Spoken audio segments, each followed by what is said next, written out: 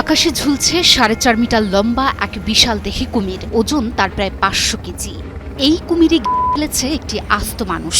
আর এই কুমিরকে তার ডেরা থেকে উদ্ধার করতেই এক দুঃসাহসিক অভিযানে নামে পুলিশ। এরপর খাদক কুমিরকে এভাবেই আকাশপথে উড়িয়ে নিয়ে আসা হয়। আর এভাবেই কুমিরের মানুষ আরও একবার দেখল বিশ্ব। সবকিছুর শুরু দক্ষিণ আফ্রিকার কোমাটি নদীর ওপর একটি নিচু সেতু থেকে। সেখানে একটি গাড়ি আটকে পড়ার পর থেকেই নিখোঁজ ছিলেন এক ব্যক্তি। টানা 1 সপ্তাহ তল্লাশির পর পুলিশের নজরে আসে বিশাল আকৃতির এক স্থির কুমির, 4 মিটার লম্বা, ওজন 500 কেজি। সন্দেহ জাগে সার্চ অ্যান্ড রেস্কিউ টিমের মনে, হয়তো এই দানবীয় সরীসৃপটি ফেলেছে সেই ব্যক্তিকে। কুমিরটিকে শনাক্ত করার পর এটিকে যন্ত্রণাহীনভাবে ফেলা হলেও সেটিকে উদ্ধার করা ছিল অত্যন্ত বিপজ্জনক, কারণ কাজটা মোটেও সহজ ছিল না। নদীটি ছিল জীবন্ত সব কুমিরে ঠাসা, যে কোনো মুহূর্তে ঘটতে পারে প্রাণহানি। ঠিক এই সময় দৃশ্যপটে হাজির হন ক্যাপ্টেন জোহান পটগিটার।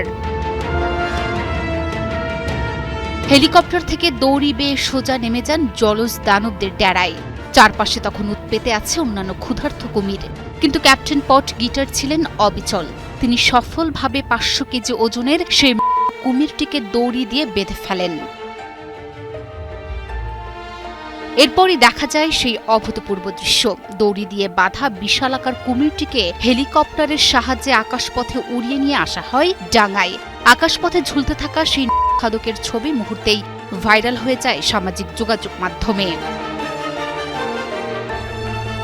এরপরই অনুসন্ধানী দলটি কুমিরটির অন্ত্রের ভেতর থেকে মানুষের অবশেষ খুঁজে পেয়েছে এবং ভুক্তভোগীর পরিচয় নিশ্চিত করতে ডিএনএ পরীক্ষা করা হবে বলে জানিয়েছে।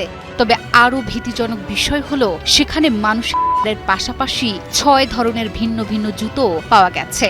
এতে ধারণা করা হচ্ছে কুমিরটি এর আগেও একাধিক মানুষকে শিকার করেছে। ক্যাপ্টেন পটগিটারের এই অসাধারণ সাহসিকতা ও নিঃস্বার্থপরতা এখন দক্ষিণ আফ্রিকার পুলিশের গর্বের প্রতীক।